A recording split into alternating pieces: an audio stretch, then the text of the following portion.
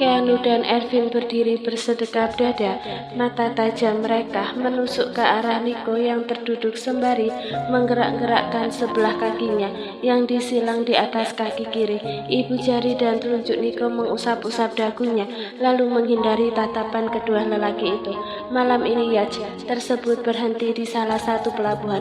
Kemarin Nico sempat meminta Keanu dan Ervin untuk menunggu di pelabuhan tersebut. Mereka akan dibawa naik kalau rencana Nico melamar mereka berjalan lancar. Beruntung mereka menurut. Kalian ngapain? Kayak lagi menginterogasi pembunuh aja, gertu Nico lalu mendengus. Kita memang lagi menginterogasi, sahut Ervin yang bagai tersengat listrik saat Nico menuturkan rencananya untuk menikahi Leka. Tapi bukan pembunuh, kamu itu penculik anak cewek orang.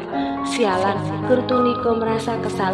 Kalau tidak butuh, mana mau Nico mengundang Ervin. Mulut sahabatnya itu sangat pedas kalau sudah kumat sifat aslinya. Keanu angkat suara. Kamu sudah pikirkan ini matang-matang. Pilihan kamu ini sangat beresiko, bro. Aku tahu. Tatapan Nico menajam ke arah hamparan laut yang tampak gelap. Tapi apa kalian punya solusi lain untuk hubunganku dengan Leka sekarang? Gak ada, bukan? Ervin mengurai tangan di dadanya, lalu duduk di samping Nico setelah mengambil kaleng minuman bersoda. Sementara itu, Keanu lebih memilih bersandar di pagar pembatas. Kamu bisa aja nikah secara terang-terangan, Nick, ucap Ervin sebelum meneguk minumannya. Minta restu langsung sama keluarga Leka. Itu artinya sama aja aku berperang tanpa senjata, men. Nico melirik Ervin sekilas. Baru aja masuk ke arena sudah kalah duluan. Kalau kata Leka, di antara ketiga laki-laki itu yang paling dewasa ialah Keanu. Keanu memang terkejut dengan ide gila dari Nico, tapi dia mengerti situasi yang tengah dihadapi sepasang calon pengantin tersebut tidaklah mudah. Keanu memukul bahu Nico pelan. Oke bro, lanjutkan rencanamu itu. Aku siap jadi saksi pernikahan kalian besok. Akan langsung aku sahkan saat itu juga. Seloroh Keanu, lalu menggigit buah apel yang dia ambil dari atas meja. Ervin menghentakkan kaleng minumannya di dekat piring buah. Ya sudah, kalau begitu aku juga mau. Pengen lihat kawin lari itu kayak gimana, ucap Ervin tersenyum tengil. Kali aja bisa dipraktekin sama pacarku.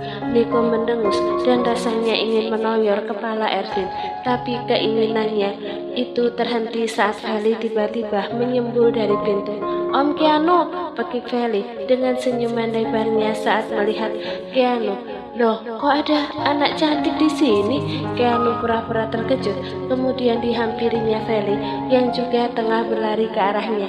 Feli tergelak, ia melingkarkan tangannya di leher Nico, tetap berada di pangkuan lelaki itu.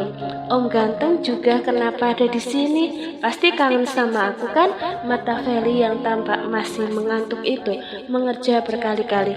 Om ganteng, Nico berdecak lidah, matanya menatap Keanu dengan tatapan tidak suka. Iya, Om kangen banget sama Feli. Keanu terkekeh. Aku kira si Keanu yang bakalan jadi ayah Feli, celetuk Ervin yang membuat ubun-ubun Nico hampir mengeluarkan lahar panasnya. Langkahi dulu mayatku, seru Nico dengan sarkas, membuat Ervin tertawa sebelum akhirnya satu buah anggur tiba-tiba terlempar ke mulut Ervin dan Nicola yang melemparkannya. Ervin menggerutu lalu mengunyah buah tersebut. Ia kini menatap Nico yang berjalan menghampiri Keanu juga Feli. Sayang, udah bangun? Tanya Nico karena sejak sore Feli tertidur. Udah pak, mau main sama papa. Kita naik ke dek paling atas, cuacanya cerah loh, jadi bisa lihat bintang di sana. Bujuk Nico seraya menatap anak itu yang masih di pangkuan Keanu. Akan tetapi Feli menggeleng. Papa aja sendiri, aku mau main sama Om Keanu. Kangen banget soalnya, udah lama gak ketemu. Keanu menyeringai mendengar jawaban Feli. Ia lalu tergelak saat melihat wajah Nico yang berubah jadi berantakan. Nico mati kutu, anaknya sendiri menolaknya dan malah memilih lelaki lain. Ya udah Feli boleh main, tapi jangan lama-lama ya. Om Keanunya kebelet pipis katanya. Nico memaksakan senyum. Detik berikutnya ia mendapat tatapan tajam dari Keanu. Sembarangan kamu Nick, desis Keanu dekat telinga Niko. Hah? Om Keanu mau pipis? Ya udah aku sama papa aja kalau gitu. Enggak kok, enggak, sanggah Keanu. Om pipisnya nanti aja, 1 jam lagi.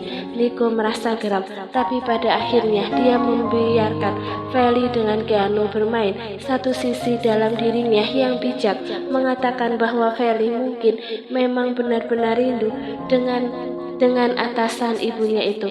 Niko pergi dari sana. Ia akan mengawasi para pelayan di kapal tersebut, mengecek sejauh mana mereka mendekorasi kapal di dek ketiga, tempat yang akan jadi pernikahannya besok. Sementara di sisi lain, Leika baru saja selesai menceritakan hubungan dia dengan Niko yang sesungguhnya pada Bi Asri. Leika mencoba memberi pengertian pada pelayannya itu agar tidak salah paham. Saat ini mereka tengah membereskan gaun-gaun yang akan dipilih Leika untuk dipakai besok. Ternyata Niko telah menyediakan beberapa perlengkapan pernikahan mereka di dalam kapal ini. Bi, aku gila ya? Tanya Leika meragu. Kok Bibi tenang-tenang aja? Gak kaget emang? Leika melihat Bi Asri biasa-biasa saja setelah menceritakan semuanya termasuk identitas Feli. Enggak gila kok non, Bibi ngerti kalau kata anak Bibi yang di kampung, kita nggak bisa milih mau jatuh cinta sama siapa. Bi Asri terkekeh. Tangannya sibuk memasukkan gaun ke dalam lemari, termasuk non Leika yang cinta sama Pak Niko. Sah-sah saja kok non. Leika menghela nafas. Andai saja keluarganya bisa sebijak Bi Asri dan tidak memaksakan kehendak mereka sendiri, pasti langkah yang akan diambil besok tak harus terjadi. Iya sih Bi, tapi Bibi memang gak terkejut? Tanya Leika sekali lagi. Non boleh Bibi jujur? Bi Asri menggaruk tengkuknya karena sebenarnya malu untuk mengaku. Jujur apa Bi? Tapi sebelumnya Bibi minta maaf ya non. Bibi nggak bermaksud ngintipin atau lancang. Sebenarnya Bibi sudah tahu hubungan non dan Pak Niko dari jauh-jauh hari. Wajah Bi Asri dihiasi cengiran kaku. Hah? Kok bisa? Leika terperangah. Rasanya dia belum pernah bilang apa-apa selain hari ini ke Bi Asri. Bibi pernah lihat non Leika sama Pak Niko di dapur lagi. Ucap Bi Asri ragu dan memilih menggantungkan kalimatnya. Tak perlu dilanjutkan pun Leika tahu kemana arah pembicaraan Bi Asri. Tak terkira lagi pipi Leika kini semakin semerah cabai saking malu. Bi Asri pernah melihat mereka bermesraan di dapur, walau Leika tak tahu kapan tepatnya. Sedangkan Bi Asri jadi malu sendiri. Dia beberapa kali memergoki Leika dan Niko tengah di tempat kekuasaannya. Terakhir kali Bi Asri melihat mereka bermesraan itu ketika pulang dari kediaman kakek Arif beberapa hari yang lalu. Maafin Bibi ya non, ucap Bi Asri penuh rasa bersalah. Leika berdeham lalu beringsut untuk mengambil set emas. Enggak apa-apa kok Bi, ucap Leika diiringi cengiran. Wajahnya terasa panas dan sepertinya harus didinginkan dengan ditutupi oleh set emas yang tidak ketahuan kalau dia sedang malu. Leika buru-buru berlari ke meja rias demi menghindari tatapan Bi Asri. Sedangkan pelayan itu tertawa kecil sambil geleng-geleng kepala. Ia merasa bersyukur karena kini Leika tak perlu merasa kesepian lagi seperti saat di Yunani. Setidaknya Bi Asri bisa melihat Leika tertawa dan ceria walau hubungannya dengan Niko masih disembunyikan. Leika tak pernah benar-benar menyangka jika pernikahannya akan diadakan di atas sebuah kapal pesiar. Waktunya pun sore hari saat matahari akan terbenam.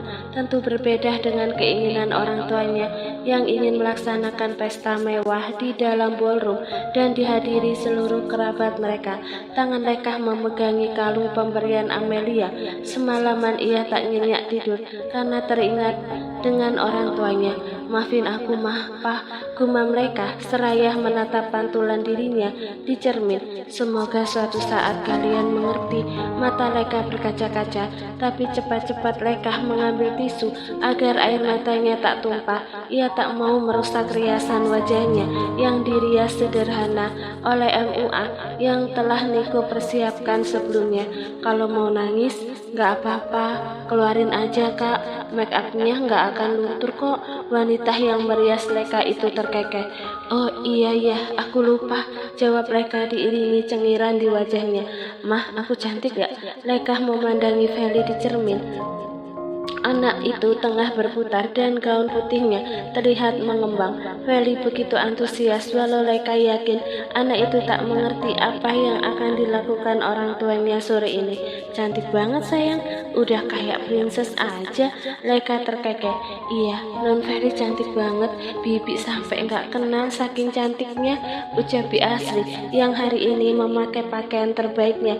Untung beliau bawah pakaian yang biasa dipakai kondangan untuk jaga-jaga. Ternyata firasatnya tidak salah. Pakaian itu akhirnya terpakai. Lekah mendekati Feli setelah dirinya selesai dirias dan wanita yang merias dirinya telah keluar beberapa detik lalu. Lekah sendiri mengenakan dress putih. Ia memilih model sederhana ketimbang dress yang tampak glamor karena selain tidak cocok dipakai di tempat berduka terbuka, Lekah juga merasa mereka hanya akan melakukan akad saja dan tak ada pesta selain makan malam.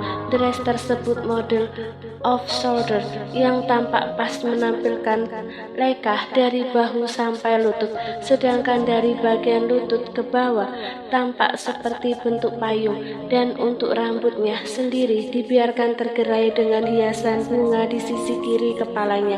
"Non Lekah nggak usah gugup, Non harus yakin kalau ini memang pilihan terbaik buat Non." Tangan hangat Bi Asri menggenggam tangan Lekah yang terasa dingin, bahkan berkeringat. Lekah bersuara, "Tapi aku gugup banget, Bi," gumam Lekah menatap wajah Bi Asri yang meneduhkan. Hati Lekah terasa campur aduk antara takut, gugup, sedih, dan tentu saja senang. Semuanya bergumul dalam hati hingga rasanya Lekah tak tahu mana yang paling mendominasi. Iya, Bibi tahu, dan memang wajar kok untuk orang yang akan melangsungkan pernikahan, tambah Bi Asri lembut. Feli yang tak tahu apa-apa akhirnya bertanya, "Mah, pernikahan itu apa sih? Mama kayak princess aja, terus Papa juga udah ganteng banget tadi aku lihat. Emang kita mau pesta apa, Mah?" Mendengar celotehan dan melihat bibir Feli yang dipoles lipstik merah muda bergerak-gerak menggemaskan, membuat Lekah tak mampu lagi menahan tawanya. Lekah kemudian membawa Feli duduk di sampingnya di atas sofa. Lekah menjelaskan apa itu sebuah pernikahan dengan bahasa yang mudah dimengerti oleh anak-anak. Ia juga memberitahu bahwa dirinya dan Niko akan menikah dan resmi jadi orang tua Feli. "Oh," Feli manggut-manggut, entah mengerti betulan atau sok-sokan mengerti. "Jadi nanti aku, Mama sama Papa boleh tidur barengan dong, Mah? Kayak di film-film itu kan, aku di tengah-tengah, Mama sama Papa di samping aku," seru Feli dengan wajah ceria. Lekah dan Bi Asri terkekeh. Lekah merasa beruntung ada Feli di sisinya. Anak itu berhasil menghibur di saat-saat gugup seperti ini. "Iya sayang, nanti Mama sama Papa bisa nemenin Feli tiap hari," ucap Lekah sembari membetulkan posisi mahkota bunga di kepala putrinya. Tak lama setelah itu, Niko masuk ke dalam kamar untuk menjemput Lekah. Lekah terpana. Niko terlihat begitu tampan dengan tuxedo silver serta rambutnya yang tersisir rapi. Dengan percaya diri, Niko melangkah menghampiri Lekah. Lelaki itu terlihat tenang, padahal Lekah tidak tahu bahwa saat ini jantung Niko rasanya ingin lompat dari dadanya. Tangannya terkepal menahan gemetar. Dalam hati, Niko berdecak kagum ketika melihat Lekah yang cantiknya yang cantiknya tak bisa dijabarkan dengan kata-kata. She's like an angel. Kita ke atas sekarang, ucap Niko seraya menjulurkan tangan untuk Leka. Tersenyum, Leka menerima uluran tangan itu lantas berdiri. Feli digandeng oleh Niko dengan sebelah tangan yang lain. Mereka tiba di dek kapal paling atas yang telah dihias dengan konsep pantai. Tirai-tirai putih tipis melambai-lambai diterpa angin. Juga sekeliling dek tersebut dihiasi bunga-bunga asli. Selain Keanu dan Erwin, di sana juga ada beberapa orang penting yang menjadi syarat pernikahan mereka. Leka tak tahu kapan Niko menghubungi penghulu dan wali hakim karena siang tadi mereka sudah ada di dalam kapal. Halo Leka, Erwin melambaikan tangan seraya tersenyum lebar. Matanya berbinar-binar melihat kecantikan Leka. Leka hanya memutar mata menanggapi sapaan Erwin. Pria itu memang senang mencandainya. Leka ingat pagi tadi ia sudah berkumpul dan mengobrol dengan kedua sahabat Niko tersebut. Di seberang, Erwin, Keanu sempat bertatapan dengan Leka, lantas tersenyum lucu rasanya. Keanu menyukai Leka, tapi pada akhirnya dia cuma jadi saksi pernikahannya dengan lelaki lain. Prosesi akad pun dimulai. Walau gugup setengah mati dan berkali-kali mengembuskan nafas, Niko tetap menjabat tangan wali hakim dengan erat. Dalam waktu beberapa detik, mulut Niko dengan lancar mengucapkan kalimat qabul dengan sekali tarikan nafas. Lalu detik berikutnya, kedua saksi mengatakan sah. Niko langsung diam tak berkutik, sampai akhirnya Erwin menepuk bahunya. Woi, jangan bengong, istri kamu nangis itu. Hah? Niko tersentak. Istri? Seruan Erwin membuat semua orang di sana terkekeh-kekeh, kecuali Feli dan tentu saja Niko yang masih tak percaya dirinya mampu melontarkan kalimat qabul dengan begitu lancar. Padahal semalaman Niko menghafalnya tapi selalu gagal. Iya, istri, masa baru aja dinikahin udah dilupain lagi? Keanu berdejak lidah. Sontak Niko mengalihkan tatapan pada Leka yang duduk di sampingnya. Niko tersenyum haru. Ia menangkup pipi Leka dan menatap matanya yang menggenang. Rasanya seperti mimpi bagi Leka. Dirinya menjadi istri Niko. Dulu mimpi pun tak berani. Hal yang sama pun dirasakan oleh Niko. Ia takut hanyalah sebuah mimpi yang ketika dia terbangun maka semua ini akan berakhir. Leka telah menjadi miliknya. Rasanya benar-benar sebuah keajaiban datang ke dalam hidup Niko. Ia bahagia, benar-benar bahagia. Niko telah mendapatkan ratunya yang selama ini hanya tersimpan dalam angan-angan. Sekarang kamu istriku Leka, lirih Niko sebelum ia menghadiahi kecupan di kening Leka cukup lama dan mesra, lantas memeluknya erat. Kamu istriku, milikku satu-satunya, ucap Niko setengah berbisik. Tangannya mengusap punggung Leka. Sekuat tenaga Leka menahan air matanya agar tak jatuh, walau pada akhirnya tumpah juga dan meninggalkan bercak di jas Niko. Sepertinya disudahi dulu acara pelukannya Pak Niko. Sekarang saatnya menyematkan cincin kawin, ucap penghulu. Membuat Niko akhirnya melepas pelukan mereka. Niko segera memasangkan cincin pernikahan di jari Leka.